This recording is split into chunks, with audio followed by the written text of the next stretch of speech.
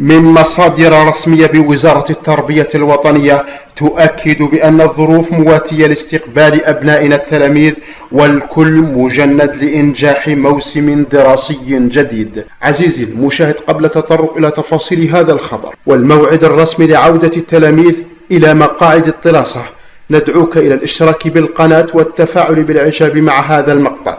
لا تنسوا الضغط على جرس التنبيهات حتى يصلكم كل ما هو جديد وكل ما نقوم بنشره على هذه القناة.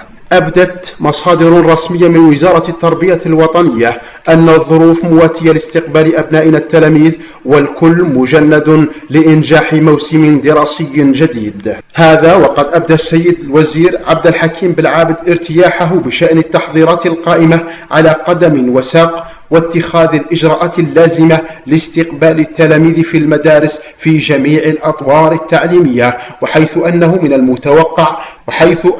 المتوقع في الأيام القليلة القادمة سيتم الإعلان عن الموعد الرسمي لانطلاق الدراسة في المدارس في جميع الأطوار التعليمية، ولا يوجد أي تأخير أو تأجيل للموعد المسطر آنفا. لذلك فالموعد الرسمي ستعلنه وزارة التربية الوطنية في الأيام القليلة القادمة.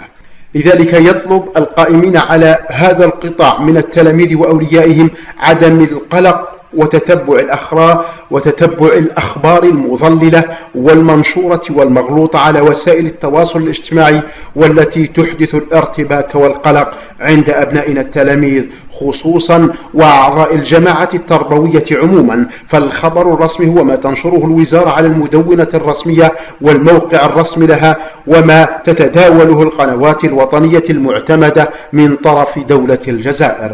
في نهاية هذا المقطع عزيزي المشاهد، ندعوك إلى الاشتراك بالقناة والتفاعل مع الفيديو بالإعجاب وترك آرائكم بالتعليقات في الأسفل.